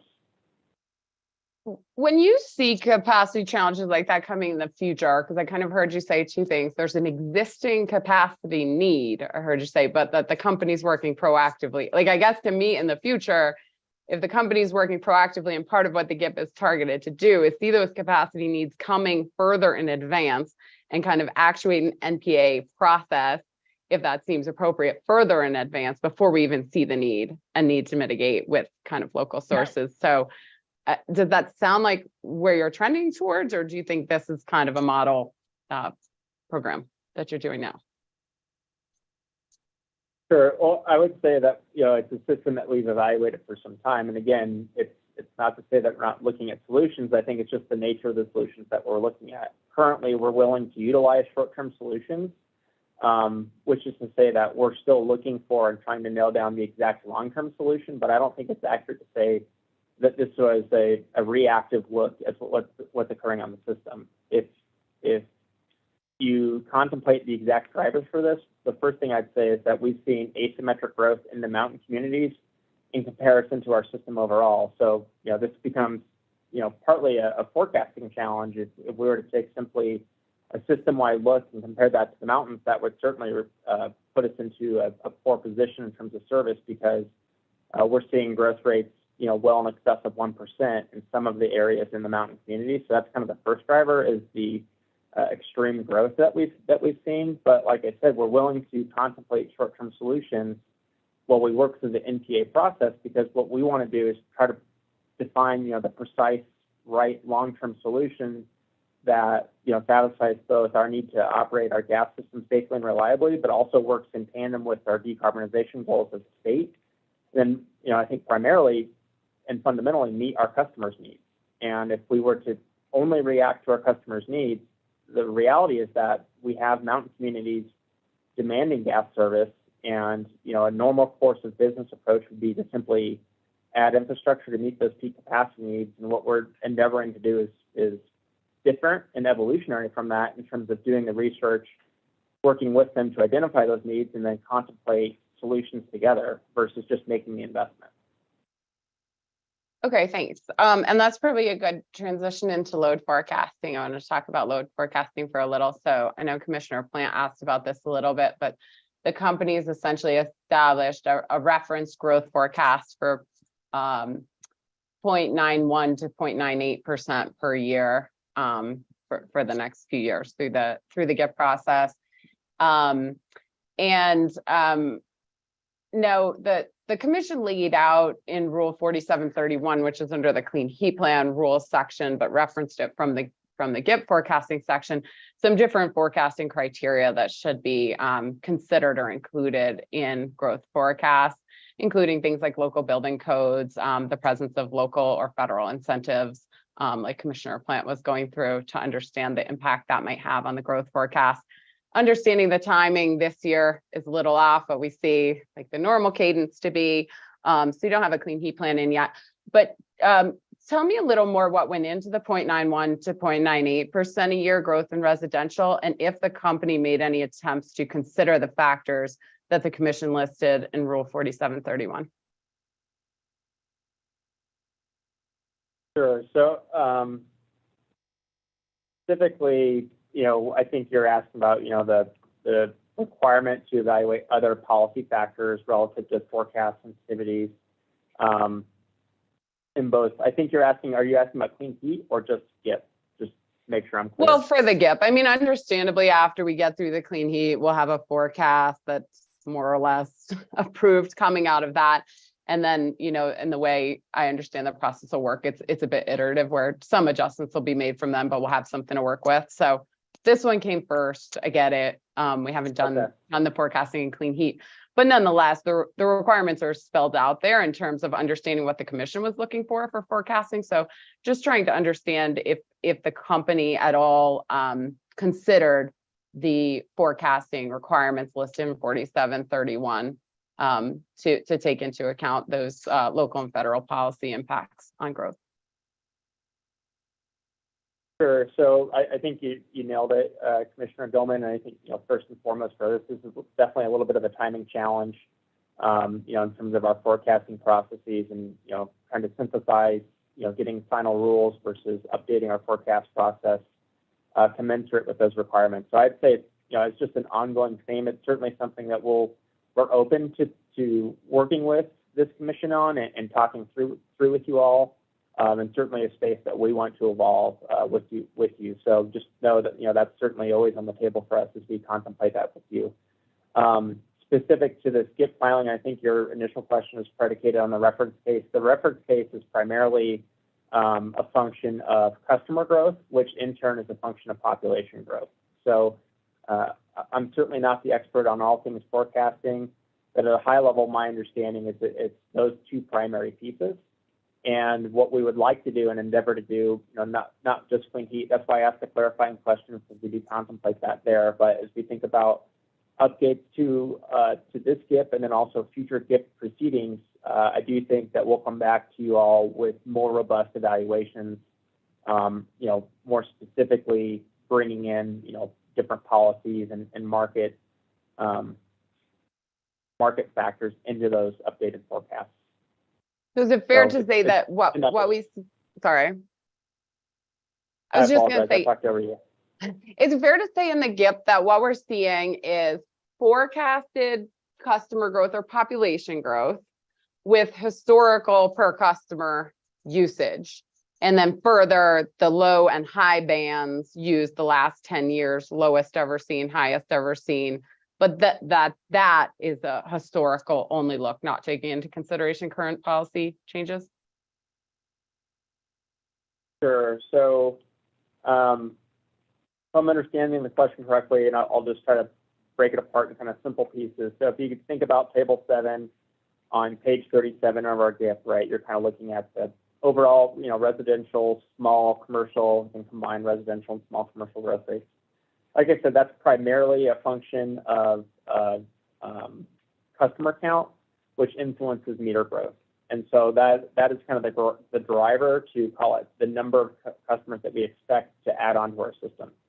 That said, that's not exactly how, thank you very much for bringing up the attachment, or bringing up the GIF. But that said, that's not exactly how it necessarily works from the perspective of peak capacity. And so that's not exclusively just a historical look back to find the most conservative number possible. And if I can, I would refer you all to page 17, figure 3, which provides kind of a process flow diagram of the planning process. And so the way that I fit that it works is when we evaluate peak capacity usage numbers, they're very much, I'd say they're very contemporary. We tend to look at our most recent winter data to evaluate peak customer needs. So to the degree that there is electrification and DSM measures occurring within our customer base, those would be reflected in the peak capacity numbers that we pull out of our SCADA system. And that's what we utilize in tandem with the meter growth numbers to evaluate what's the additional load that's going to come onto the system. So it's kind of two pieces. One is the population and thus meter forecast piece, which is kind of bucket 1. And then bucket 2 is the peak usage per customer, and that's based on the most recent system usage figures. Is the peak usage per customer available somewhere in the GIP? I don't believe so. Is it available?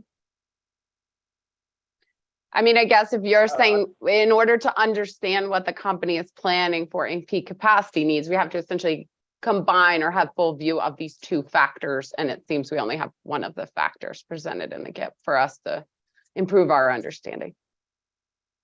Sure, I think it's certainly something, we're happy to work with you on and Commission more broadly, Commissioner Gilman. So it's certainly not anything that we're trying to prevent discussion with you all. I mean, there are certainly some customer specifics we'd have to contemplate, highly confidential, treatment status for, specifically the usage of some of our gas LDC customers that we serve. But as a generality, it's certainly something that we're willing to discuss with you all.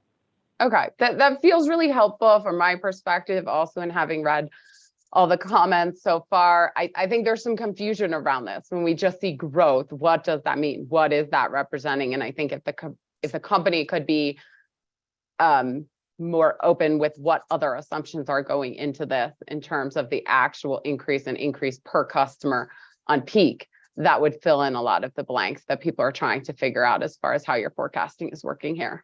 And if that's, the most appropriate methodology for today.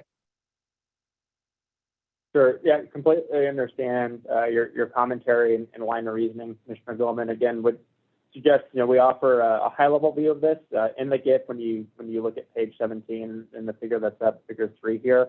Also recall that I believe we had a discussion with you all a number of months ago specifically on our gas planning processes. So we're certainly open to discussing that. What I can state is our methodology is very industry consistent. When you think about our probabilistic risk and design day methodologies, we do use software OEM B&B's Synergy software, which is used by the vast majority of gas utilities. and the way that software and our planning teams look at, disaggregating load and evaluating peak capacity is very industry consistent. So happy to work with you all on what that looks like and provide the transparency that you're seeking. Okay. Since the next GIP will occur after the first litigated clean heat plan and will be in some sort of normal cycle, we hope, does the company anticipate that forecasting may look significantly different in its next GIP?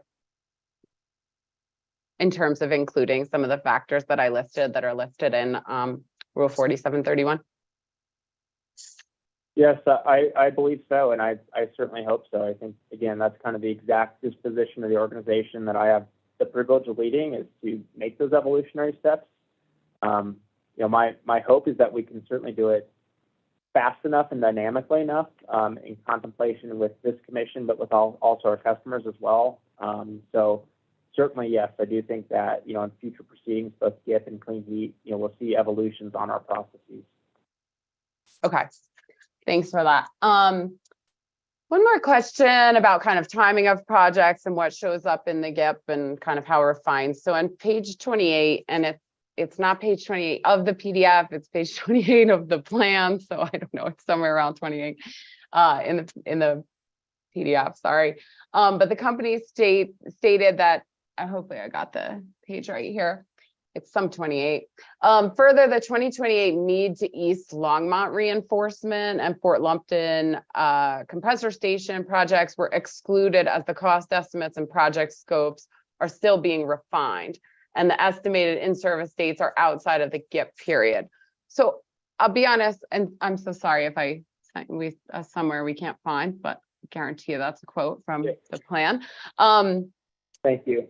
I was a little confused by some parts of this. First, there's a part here that indicates that it's the company's impression that if an in-service date falls outside of the GIP, that costs that are incurred during the GIP periods wouldn't be reported. And I just want to clarify, is that the company's assumption that in-service needs to be within the GIP planning period, or any expenditures? Sure, it would be helpful if we can find the exact language. All this. I'm also looking at a hard copy here, Commissioner Gilman. I'm also looking for that. I tried to be consistent about if I was writing the. Can you just give me a couple of words? I don't know. Lupton, let's see, Meade. Is it possible it's on page 43 of the GIP report? I don't know what that is in the PDF. Possible. My reference would be pretty far off. Sorry.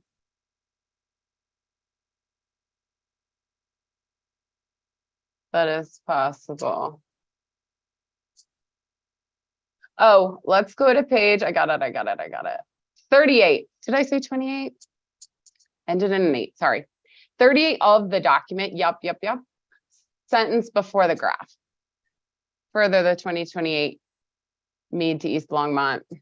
So I was a little confused by just potentially mentioning that it's in service after the date, so it's after the period, so it's not included. Is that the company's impression, or is the company intent to include any expenditures in the GIP period in the GIP? Sure, I understand your question. Do you mind giving me just a second? No, go ahead. A quick look at this. Yeah.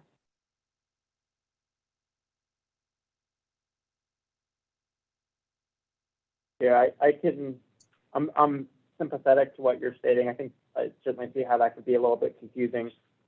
I would say as a general statement, it's not like we're not trying to take like a hard and fast position on that per se, in the sense of if there's not exactly a capital addition or in-service date within that period, we're completely ignoring it, if you will, from the world of GIP. What I would suggest, and again, apologize if the language is misleading or confusing, if you go to page 43 of the actual document.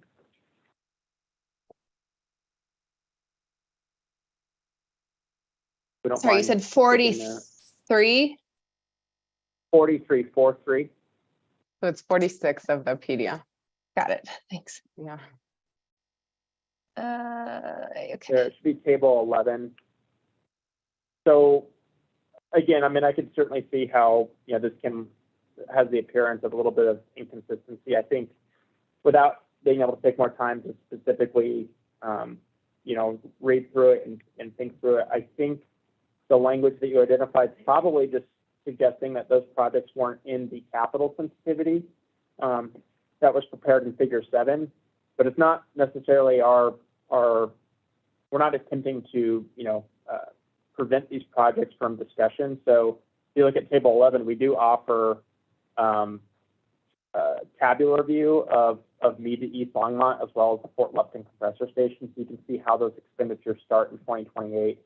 So that's kind of the first piece, is we do mention them.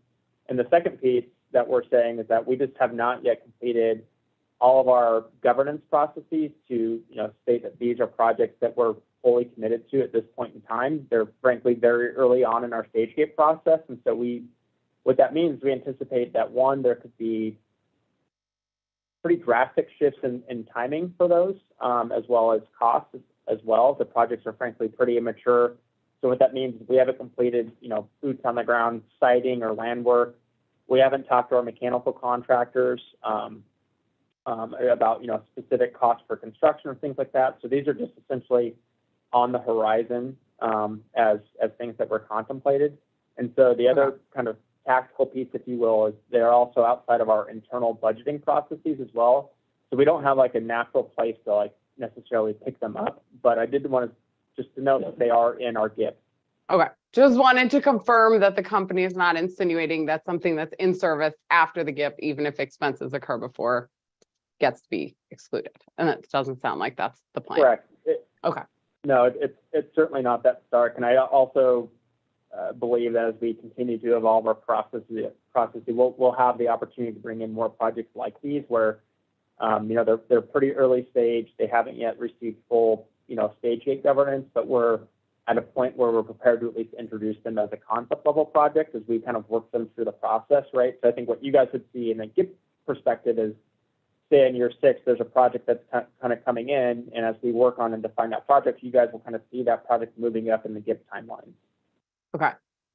Talking more about kind of project budgeting and the timelines and the stage gate process, in looking at each of the detailed, I think they're all listed as confidential, so we don't need to bring them up, but each of the detailed project attachments that were included with the GIP, most of them list the class or the gate that they're at, as well as the construction kickoff, which I take to mean like literally when construction starts, and then the estimated end date. Are you familiar with that kind of in each of the detailed project sheets on the cover page? Yeah, I think you're referring to apologize if I talked you over you, Commissioner Goldman. Mm-hmm. No, they're just on the cover page on the left-hand side, right-hand side for each project. Yeah, I think you're referring to the project narratives that we have as attachments, correct? Yeah. So in each cover page of the project, it lists those details, like what gate it's at, what stage it's at, what's the cost certainty band, as well as like the construction timeline. So a few of those confused me because some of them felt either imminent construction or already ongoing construction with a fairly early marked stage or gate, which I found a little confusing. So I'll just list them off. You don't have to refer to each individually, but I just found confusing. So in the rebuild F808 listed it at gate 2, which is conceptual engineering, even though construction kickoff was the month the plan was submitted. Conceptual engineering, as I understand it from the graphic provided, is before detailed engineering, which is then before construction. So this occurred in at least 4 or 5 separate projects where it's listed by the company at a very early stage in terms of development, but the projects are either in construction the month this plan was submitted, in construction the next month, or in one case with the Washington and 76th Avenue project, it's listed at gate 1, despite the project kickoff being 4 months prior to the plan submission. So I was just a little confused by, and obviously this gives us much wider bands of potential capital expenditure for these projects because they're listed at such an early stage. And I'm just conceptually having a little trouble understanding why we're at such an early planning stage with projects already in or imminently in construction. Sure. So it would be helpful to probably go into specifics. That I don't think I can comment in generalities on a wide range that you noted there before. So what was the first one that you wanted to look at? Maybe we could use that as an example to kind of talk through your question. Washington and 76th was the one I was honestly the most confused about because it was listed as gate 1, which is prepare for project kickoff, which is a very early stage of development. And it lists the construction kickoff as January 2023, which was 4 months before the plan was submitted. Sure. All right. Thank you. And I apologize. I hope it doesn't feel too tactful. It just helps to kind of be able to look at. No, that's specific fine. questions. Yeah. I just noticed this was a repeated question that came up for me. There were just several examples, but trying to understand, understandably, look, this comes up in rate cases. This comes up a lot of places in terms of the company's kind of understanding of costs of projects when they undertake them and the discipline to stick to the cost. So. Sure.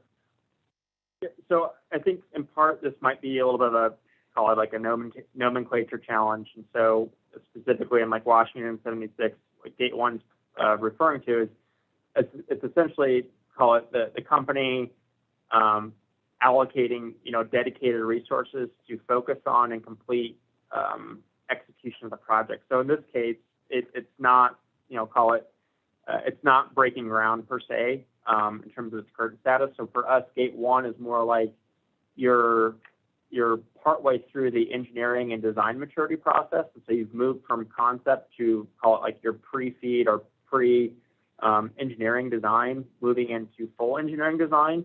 And so that's probably the delta that you're seeing there. Probably the more accurate timeline to look at in terms of reconciling, when the project is actually starting construction versus development is the construction completion. And I don't know for this project specifically offhand what the exact timeline was contemplated for this, but it's kind of occurring between gate 1 and that construction completion.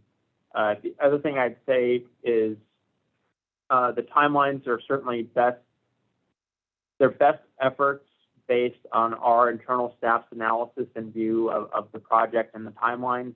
There can definitely be shifts in projects as we work with our major mechanical vendors and we provide them packages of work. A lot of times, we'll get feedback from our mechanical vendors, suggesting better, more cost-efficient ways to pursue execution. And so, there can certainly be shifts. So I don't want you to get the impression that, June is necessarily locked in law. What we many times find is, we'll hand this project to, one of our competitively bid alliance companies, so company X. They'll look at the project, we'll say, okay, here's the permit conditions, here's the project, here's the engineering design. And then once we actually have, mechanical resources deployed on the project, we'll find, in terms of the actual execution, that there's different modifications to the schedule which are required or contemplated. So the June 2023 completion is a very high level date. It doesn't necessarily represent our exact, construction timeline. That said, I think the other piece to your question is kind of, okay, if you're preparing for project kickoff in gate 1 in January and you have execution occurring in May and June, what's the reasonableness of executing projects that are, I should say, maturing projects that fast? And we are able to move some of these projects. If they're more straightforward, we can move them relatively quickly. And so in that case, I do believe that, we went from concept level design to detailed design in a matter of months. And so I believe we had preparation for execution, earlier on in 2023. So I think in January or February, we were able to progress that project to the point of being able to kick off construction. So I think I kind of hit on a number of different pieces of your question, but let me know if you have any other follow-up on that one. No, I think I'm good for now. I have a couple of cost benefit analysis questions. The first is the cost benefit analysis, I believe, just includes the capital expense. So It's my understanding that the company includes a negative salvage value, which is the future cost of removing these assets at the end of the life, and they begin collecting that from customers as soon as the project starts depreciating. So it's my understanding those costs would not be included in the cost benefit analysis. Can you confirm? Sure. So I think your question kind of spans like it's two pieces. So it's kind of how does net salvage value work relative to our cost of service versus how is it specifically showing up in the NPA. So can you help me, Commissioner Gilman? Are you kind of more focused on like how this impacts gas capital additions overall from a cost of service perspective, or like the NPA framework? Specific to the NPA, to the extent that there's an additional cost aside from the capital expense of the project, which is the expense to remove it in the future, which is being collected from customers from the point at which this goes into rate base and is depreciated, is that extra expense of removing the assets later included at all in the cost benefit analysis in terms of the costs of the project, a pipeline project? No, I don't believe that it is. Okay. Let's see.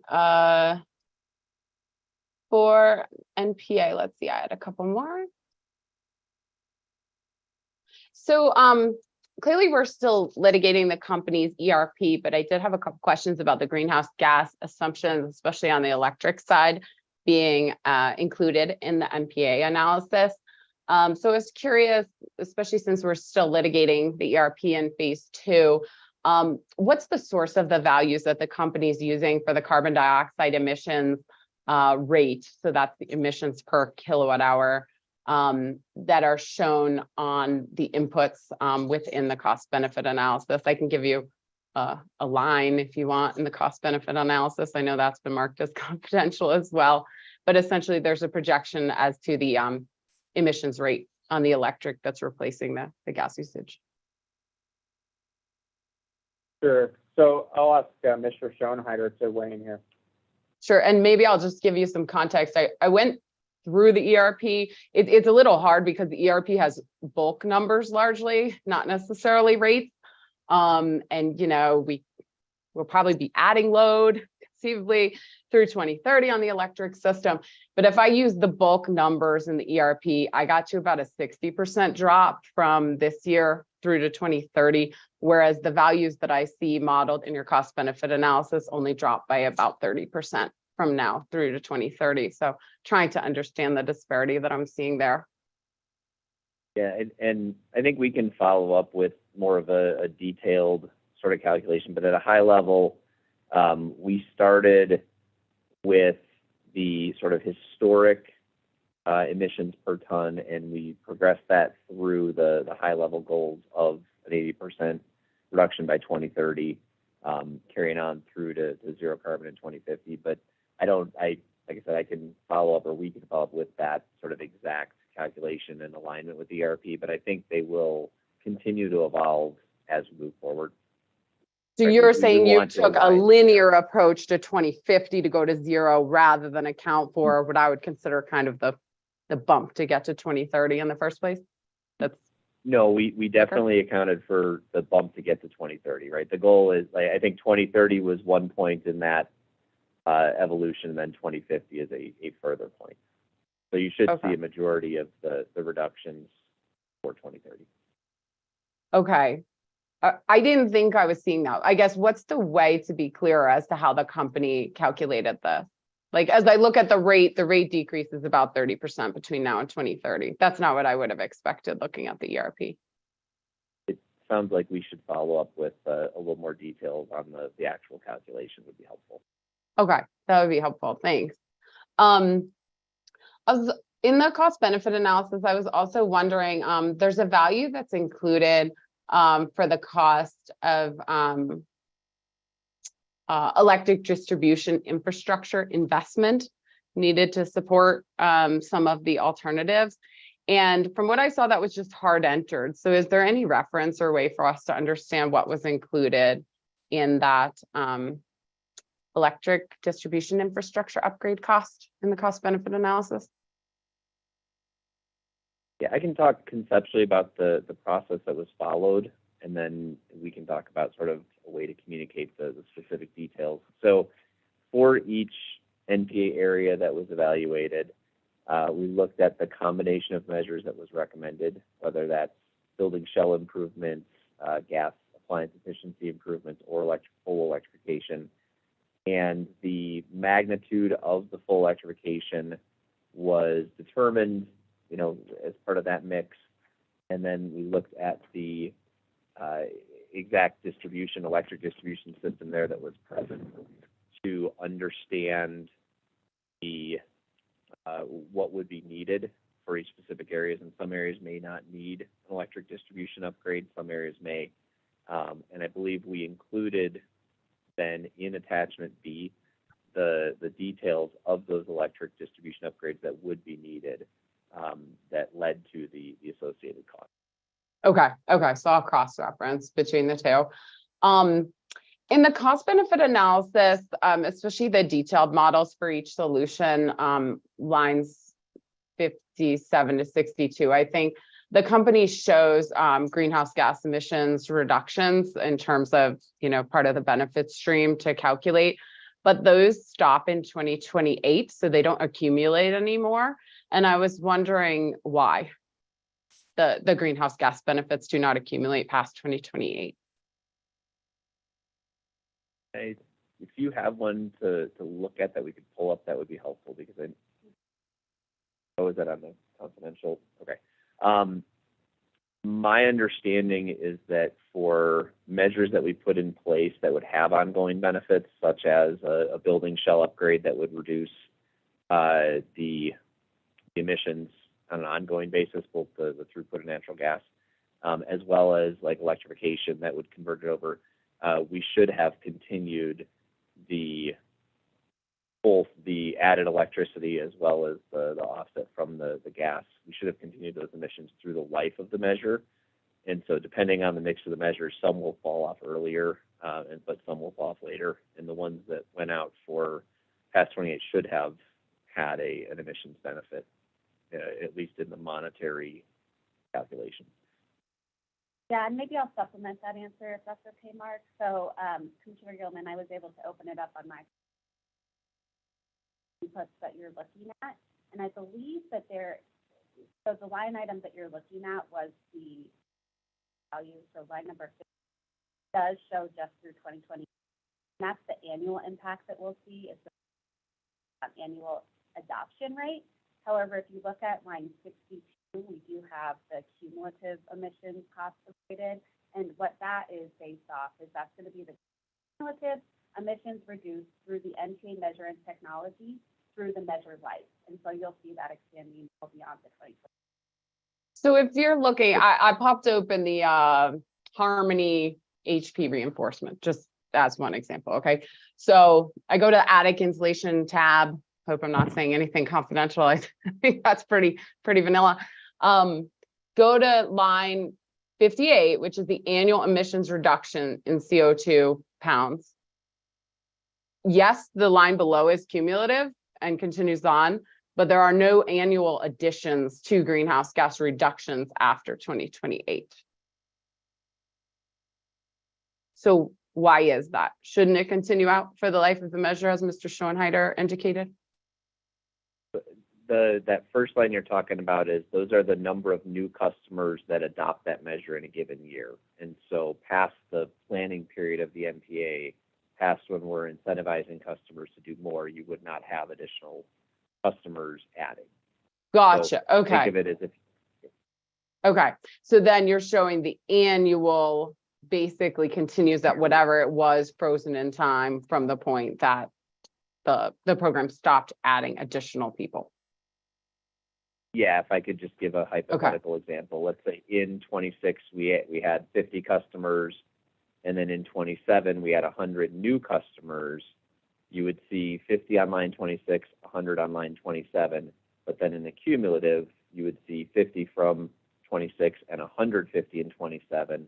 And then if we didn't do any more in 28 or 29, you would still have that 150 per year on the lower lines until the end of the measure life. Okay, thank you. That's very helpful. So wondering about the additional electric load that's anticipated or additional electric capacity needs that are anticipated by any NPA project. Does the company anticipate that additional electric capacity would be coincident with existing system peak in both the summer and winter? Or is there any kind of diversification anticipated as to when those loads hit the system? Yeah, there's absolutely diversification. The main driver for and I'm talking about bulk system, and I think in a lot of cases this is true at the distribution level, but not in all. Bulk system currently, the peak system need is heating driven, so hot summer weekdays 2 to 6 p.m.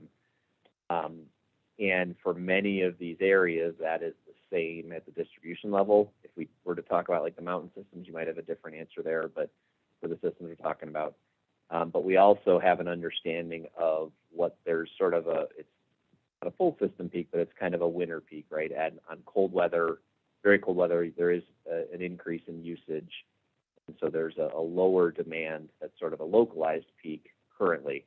And so when we evaluated the NPA measures, we looked at the impacts of those measures on both the summer and winter, and distribution upgrades were only triggered if the new post-upgrade system, which is usually it would be that winter. So if you're electrified customers, they had a significant amount of winter cold weather peak, if that was in excess of the system capacity. So look at both summer and winter, and if the winter trips it, then we would have the upgrades. One more, can I get one more question? It's related. Yeah. Okay. When I look at the CBAs as well, in terms of for each measure, the impacts on the electric peak, several of the measures, I would say the vast majority of them, have negative impacts on the summer system peak, but that doesn't appear to be included in terms of given any value in the cost benefit analysis. And my question is, should that have value, and why is it not included if we're limiting our summer system peak, which is a valuable commodity? Yeah, so I think there's a little bit of a complicated answer, and happy to sort of talk through it if we want to follow up, we can. So there's really 3 different levels of impact on the electric side. There's generation, distribution, and generation, transmission, and distribution, right? And that currently we have a bulk system. We treat generation, transmission really at the bulk system level, and distribution within the NPAs. We tried to take a much more nuanced approach of looking at it at the specific system that we're talking about. So when you were asking earlier about some measures have a benefit or a reduction in KW in summer, those could be things like insulation, which for premises that already have cooling, you'll see a reduction in the summer peak, but you may see similarly, you could see a reduction in the winter gas usage. There are other measures like a heat pump. If you're putting in a heat pump, some of those premises aren't cooled in summer currently, and so there would be an increase in demand on summer from installing a heat pump, because it's likely that customers will also use that heat pump in summer. So at a very high level, we tried to accommodate all of that and accurately represent, where if you have on the distribution system an increase in demand that trips an upgrade, then you need that upgrade, whether you're only using it in winter or using it in summer. So you would not have a corresponding benefit from a reduced summer peak, because that particular distribution system would now shift from summer peak to winter peaking. So it doesn't really matter when during the year you need the upgrade. If you need the upgrade, you need it sort of. That help? Yeah, I have 50 more questions, but back to the chairman. I appreciate it. Well, I just want to thank the company for engaging this dialogue with us.